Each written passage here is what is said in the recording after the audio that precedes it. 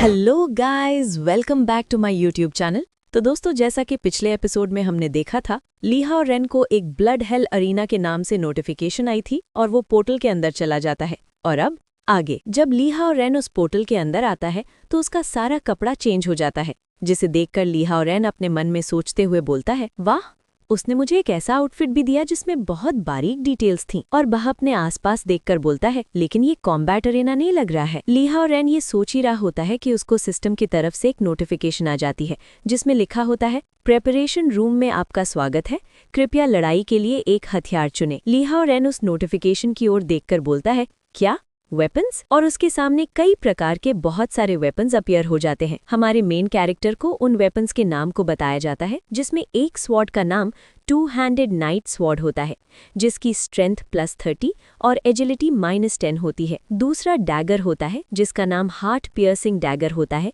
जिसकी एजिलिटी +30 होती है। आगे दो और वेपन होते हैं, जिनमें एक सोलर शील्ड, जिसकी एंड्योरेंस +25 और स्पिरिट +5 होती है, और दूसरे वेपन का नाम ग्रेट बैटल एक्स होता है, जिसकी स्ट्रेंथ +15 और एंड्योरेंस +15 होती है। लीहाओ रेन उन वेपन्स में से एक डैगर को उठता है और उसके धार को देखकर बोलता है, हर हथियार में कुछ एक्स्ट्रा खूबियां होती हैं, इनमें से कोई भी मेरे लिए एक बढ़िया अपग्रेड होगा। लेकिन लीहाओ रेन आगे बोलता है, मुझे इनमें से किसी का भी खास अनुभव नहीं है, मुझे कौन सा चुनना चाहिए? लीहाओ रेन आगे चौंक जाता है जब उसके सामने एक और वेपन अपीयर होता है और लीहाओ रेन को उसका नाम बताया जाता है, लॉन्ग स्पाइरल येलो कुकम्बर। लेकिन उसका कोई भी एट्रीब्यूट इंक्रीज नहीं होता है, लेकिन उसमें एडिशनल इफेक्ट होता है।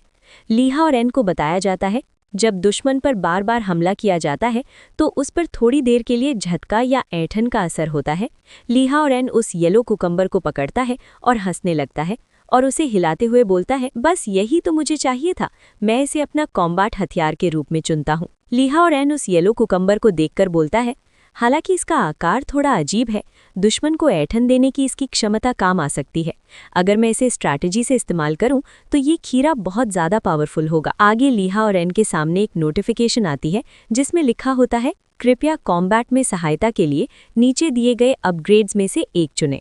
और उन अपग्रेड्स को बताया जाता है, पहला डिफेंस ब्रेक, हर बार जब आप डैमेज देते हैं तो दुश्मन की डिफेंस 1% कम हो जाती है।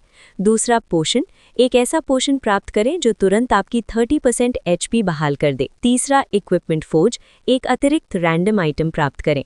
इन सभी अपग्रेड्स को देखकर लीहाओ रेन बोलता है, क्या मुझे अपने विरोधी के बारे में कुछ भी जाने बिना ही कोई अपग्रेड चुनना होगा? लीहाओ रेन अपने कंधे पर येलो कुकम्बर को रखता है और अपने पिछले गेमिंग एक्सपीरियंस के आधार पर वह सोचते हुए बोलता है, दुश्मन की डिफेंस को कम करना एक बहुउपयोगी और बेहद प्रभावी विकल्प है, इसलिए मैं डिफेंस ब्रेक चुनता हूँ। और तभी लीहाओ रेन को सिस्टम की तरफ से नोटिफिकेशन आती है जिसमें लिखा होता है, अपग्रेड सक्रिय हो गया है, आपको ब्लड हेल अरीना में ले जाया जाएगा। और वो धीरे धीरे गायब होने लगता है। आगे लीहाओ रेन को सिस्टम की तरफ से आवाज आती है, welcome to the blood hell arena. और तभी लीहाओ रेन उस अरीना में अपीयर होता है और अपने आसपास के शोर को सुनकर लीहाओ रेन चौंक जाता है और उस अरीना को देखकर बोलता है, तो ये है अरीना का अंदर का हिस्सा, ये काफी डरावना लग रहा है। हमें लीहाओ रेन को दिखाया जाता है जो उस अरीना में खड़ा होता है और उसे एक आवाज आती है, ब्लड हेल अरीना के पहले लेवल में आपका स्वागत है। लीहाओ रेन को उस अरीना के बारे में बताया जाता है, अरीना में कुल 50 लेवल है, हर लेवल में एक खास गार्डियन है, कीमती इनाम पाने और अगले लेवल पर जाने के लिए गार्डियन को हराएं। आगे हमें उस अरीना में किसी के 2 पैरों को दिखाया जाता है और तभी लीहाओ रेन के सामने एक ब्लैक वैम्पायर गर्ल आती है और वो खुद का इंट्रोडक्शन देते हुए बोलती है, मैं ब्लड हेल अरीना की ऑफिशियल कमेंटेटर हूँ। वह लोगों को अपने आकर्षक पोज से लुभाते हुए बोलती है, मैं प्यारी और करिश्माई छोटी शैतान सैली। वह अरीना में बैठे हुए लोगों से बोलती है, आज का चैलेंजर है एक क्रिम्सन ताकतवर वैम्पायर लीहाओ रेन। लेकिन लीहाओ रेन अपने कान में उंगली करते हुए बोलता है, इनके पास कमेंटेटर भी है, कितना परेशान करने वाला है। आगे हमें सैली को दिखाया जाता है जो अरीना में बैठे हुए लोगों से लीहाओ रेन के बारे में बोलती है। वह बहुत ही दुर्लभ जाति का सदस्य है, लेकिन वो बिल्कुल नया है, क्या वो हमें हैरान करेगा? आगे वह अपने हाथ को ऊपर करते हुए बोलती है और अब सामने आ रही है पहले लेवल का गार्डियन, रात के जंगल से वह परी जो बुरे शगुन और मौत की प्रतीक है। और तभी अरीना का दरवाजा खुलता है और एक फिगर अपीयर होता है और तभी चारों ओर सफेद फॉग फैलने लगता है और रोने की ध्वनि गूंजने लगती है। जब लीहाओ रेन उसे देखता है तो सहम जाता है और उसकी तरफ देखकर लीहाओ रेन बोलता है, तुम्हें क्या हुआ है? तुम रोना बंद क्यों नहीं करती? हमें उस गार्डियन विमेन को दिखाया जाता है जो अपने हाथों को जोड़कर विलाप कर रही होती है और वो ऊपर की ओर देखकर बोलती है, मेरा नाम बैंशी बैंशिदा है। मैं नर्क से आई एक दूत हूँ जो इंसानों की मौत की भविष्यवाणी कर सकती हूँ।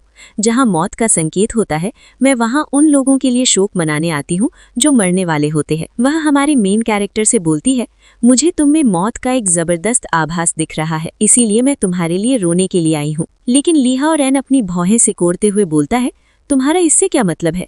क्या तुम ये कहना चाह रहे हो कि मैं यहाँ मरने वाला हूँ? लीहा और रैन उसके सिर के ऊपर देखता है और उस गार्डियन विमेन से बोलता है, तुम्हारे सिर के ऊपर कोई लेवल इंडिकेटर नहीं है, इसका क्या मतलब है?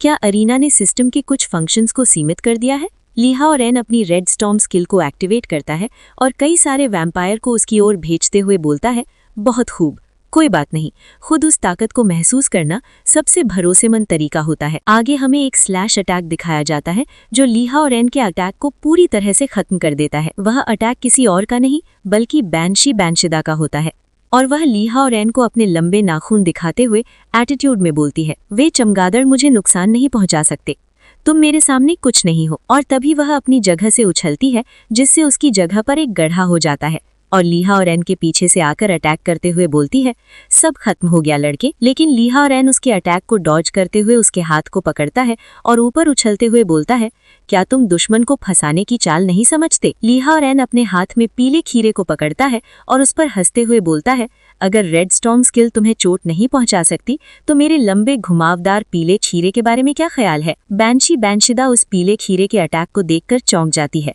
लेकिन बैंशिदा खुद को संभालती है और उस पीले खीरे में लात मारते हुए लीहा और रैन से बोलती है, मैं तुम्हें उससे छूने नहीं दूंगी। हमें उस पीले खीरे को दिखाया जाता है जो घूमते हुए नीचे गिरने लगता है, जिसे गिरते हुए देखकर सैली शॉक होकर बोलती है, वाह, गिर गया।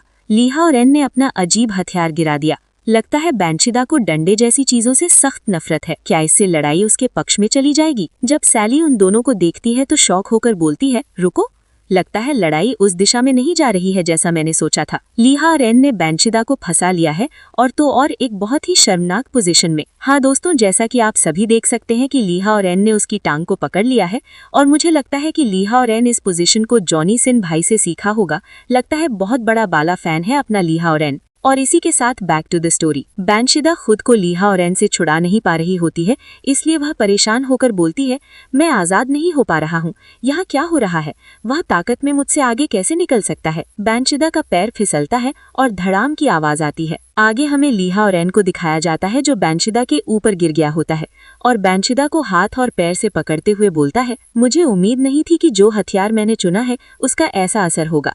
लगता है इसे सिर्फ देखने से ही इंसान अपना होश खो देता है। हमें बैंशिदा को दिखाया जाता है जो जमीन पर पड़े शर्माते हुए कांप रही होती है, जिसे देखकर लीहा और रैन हंसते हुए बोलता है, तुम मेरे प्रति आत्मसमर्पण कर दो, क्योंकि ताकत के मामले में मुझे हराना मुश्किल है और मुझे खुद पर पूरा भरोसा है, तुम बच नहीं पाओगे। और दोस्तों, इसी के साथ ये मैनवा का चैप्टर 10 एंड होता है। आगे क्या होगा? क्या बैंशिदा खुद को बचा पाएगी? आगे जानने के लिए कमेंट में #नेक्स्ट पार्ट लिखें। और आप हमारे चैनल पर नए हैं तो हमारे ओटाकू ज्ञान चैनल को सब्सक्राइब करें। हाँ दोस्तों, वीडियो को लाइक करना ना भूलें। मिलते हैं नेक्स्ट वीडियो में, तब तक के लिए bye bye and thanks for watching.